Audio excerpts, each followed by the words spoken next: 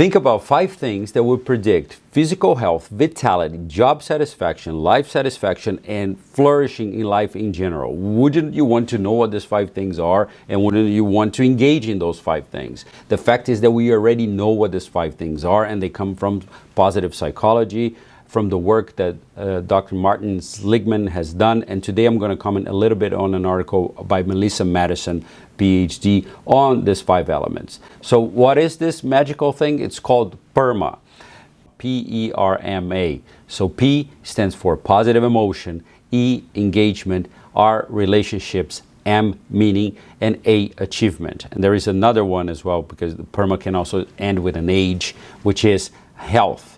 So let's talk about PERMA and break each one of them down. I'll break this video into 2 videos, otherwise it's going to become too long. But here we go. First, positive emotions. Positive emotions are great motivators, and they are the essential fuel for well-being. They include hope, curiosity, joy, love, compassion, pride, amusement, and gratitude. So think about it again. Positive emotion, hope, joy, love, compassion, pride, amusement, and gratitude. Most importantly is how are those feelings and how are those emotions actually presented in your life? Are they actually present in your life? And if they are not, why not? And what can you do about it?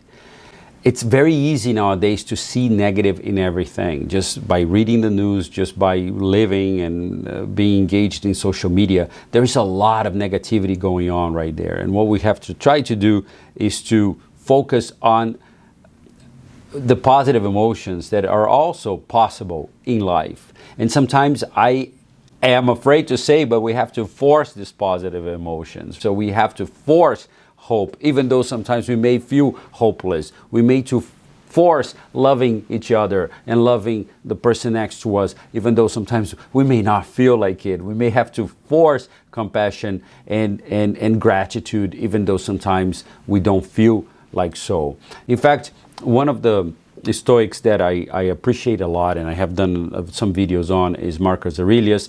And there is one of the meditations, in one verse in the meditations that I really like, is when he talks about the fact that when you wake up, you know you're going to deal with difficult people, with nasty people, with people that want to eliminate you from the face of the earth.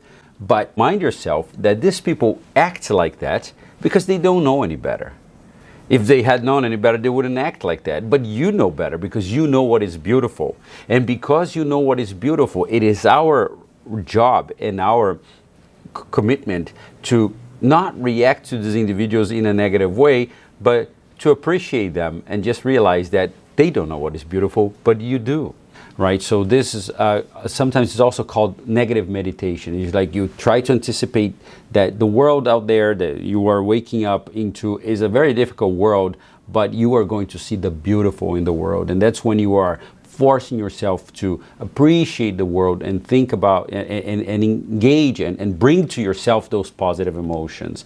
And the more we seek that, the more we find it. The more we seek good things, the more we seek positivity in the world, the more we find it. On the other hand as well, the more you seek the negative, oh my goodness, yes, it's there and it's plenty. But the good is also there. So live in a world where you're always trying to engage in what is beautiful and what's good and the good nature of people. One of the ways that we can do it is just by being in awe by nature, for example, being in awe by creation. When you think about the beauty of creation, I don't know if you have ever seen the heart of a child as it starts to beat inside a person's womb. It's one of the most beautiful things ever to think that cells can come together and they can start to specialize to the point that they form a group of cells that starts to beat and pulse blood throughout the organism of a fetus is just absolutely incredible. The same thing, you just go around and look and find an orchid. And this is something that I've learned with my mom. She always goes around and finding plants. She's a plant lover, and she always brings to our attention how just beautiful and perfect nature is. And just by thinking about the awe of life and the awe that it is, you know, just the miracle that it is to be alive and to be thinking beings who can create computers and cameras and all that, it's just absolutely incredible. And it does bring us a sense of awe, a sense that, yes, life is a miracle, and there is much to be celebrated about it. So again, sometimes we have to force those positive emotions. One of the things that I do sometimes, who wakes up in a good mood every day? I don't know about you, but I certainly don't. But you look yourself in the mirror and you just force a smile. Now there's research out there that tells that, yes, a smile moves 520 muscles. I'm making up this number. I don't know, a whole bunch of muscles in you, and that's what makes you better. But sometimes just forcing a smile, it reminds your body, changes your physiology that, yes, there is much to be appreciated and there is much beauty out there. So we talked about positive emotion. That's the P in PERMA. Let's talk about E, engagement.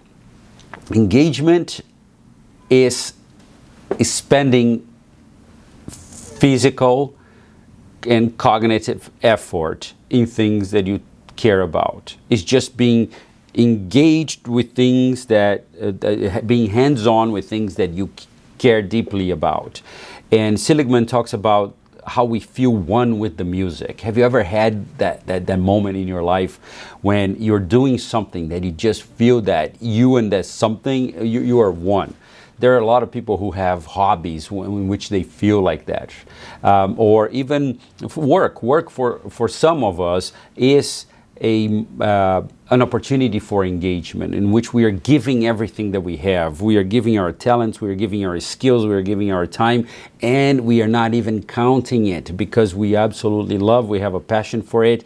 Time flies by when you're engaged in this type of activities. This is what we call flow. You probably have heard it many times, that sense of flow in which you engage in an activity that all of a sudden 1 hour later you look in the clock and you can't believe your eyes that 1 hour has already passed and you thought you were there for, I don't know, 5 minutes or so. But you're just so much immersed in that activity that everything else becomes unimportant. And one of the things that helps us get engaged is solving puzzles. Human beings love solving puzzles. We absolutely love it. Try to I don't know, we feel like Sudoku or even jigsaw puzzles. We love putting pieces together and trying to get engaged in finding solutions to problems. So one of the ways of getting engaged in anything, even sometimes hard things and things that we don't care too much about, is seeing that thing as a puzzle, as a something to be resolved, and you as the person who is there now trying to apply your cognition and your physical effort in trying to solve that something. And I guarantee that when you do that, your sense of engagement grows and your sense of engagement becomes very, very much present. So here's a quote from Marcus Aurelius, which I absolutely enjoy, and has everything to do with engagement. Here we go. Quote, "At dawn, when you have trouble getting out of bed, tell yourself, I have to go to work as a human being. What do I have to complain of if I'm going to do what I was born for? The things I was brought into the world to do? Or is this what I was created for, to huddle under the blankets and stay warm?" End quote. If this is not beautiful, I don't know what beauty is. And what he's reminding us here is that, yes, we were created to do the work of human beings, whatever that is for you. And how can you not be motivated to be given this duty to fulfill the work that human beings have to do in this very much, like I said before, yes, it's a beautiful world, it's a perfect world, but the world of human beings is broken and needs fixing, and it's our job fixing it. This is what we were brought into this world to do. Think about your sense of duty. What are you here for? And if that not gets you engaged, then we need to talk, because I think it can be a huge source of engagement. Were you born just to lay down in bed and stay in bed? No, we were created to do the work of human beings. And also we have to remind ourselves that in Stoic philosophy, we are social beings. Being social beings, the social beings that we are, we have a lot of work that we have to do to make the city work, to make the polis work, to make sure that we work with each other. So there is physical work that has been done, there is psychological work that has been done. Just think about it. It's a great way to get involved. Another way of looking at engagement is to think about this anecdote. I learned this anecdote many years ago, and the boy comes to the father and asks, "Father, what is the difference between engagement and involvement?" And the father tells, "Well, think of a omelette with bacon. That's very easy. Just think about an omelette with bacon." And the kid was very confused. So what does that have to do with anything? Well, it has everything to do with everything. The chicken, when you're making an omelette with bacon, is involved. The pig is engaged, is committed, is fully committed, right? So the chicken's like, here's my egg, take it, go do whatever you want to do it. The pig has a skin in the game. And I 100% believe that when we have a skin in the game, whatever the game is, we get engaged and our levels of subjective well-being go up. Now, it is our duty to choose a game. And sometimes it's not the game we want to play, but even if it's not the game we want to play, play it with gusto. There are many people, your boss has our supervisors, etc. They all have games that they need to win. Be the help in winning those games. When you choose a game and you play that game to win, the sense of engagement is absolutely beautiful and it's absolutely there. So think about it. Are you involved or are you engaged and committed? Do you have skin in the game?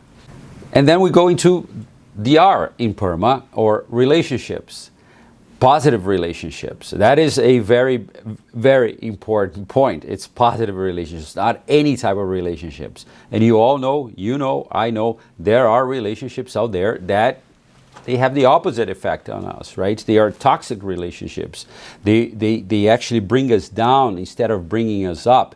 So the question here becomes, what can we do in order to create positive relationships? What can we do in order to be surrounded by positive individuals? Sometimes it's tough, sometimes it's difficult, because those negative relationships can be very much part of our personal and intimate life.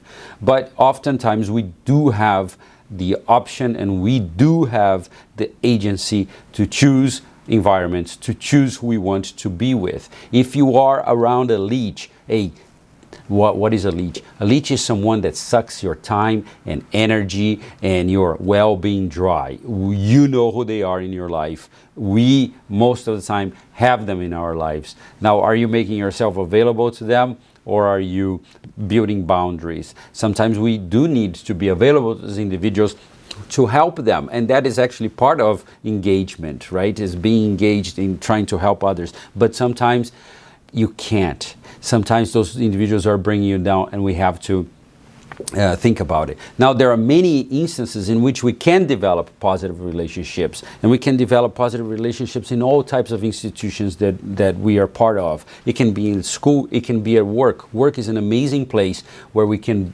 build relationships with individuals that bring us up, that will lift us up, that will teach us something new, that will teach us new skills, new talents, etc. So take advantage of that. Seek those type of relationships. Seek those mentors. Seek people who will give you the way. And if you don't have them, just perhaps ask around, reach out to them. The people are there. And again, I already said this, but I will say it again. Often we are social beings. And being social beings, we very much derive our energy, we derive our gusto for living, and etc. from those relationships. So be very, very cognizant about it. Also think that sometimes those negative relationships, they contaminate your well, right? So if you keep on going back to that well and drinking from it, all you're going to get is negativity, anger, frustration. So what well are you drinking from, and who is putting water in that well?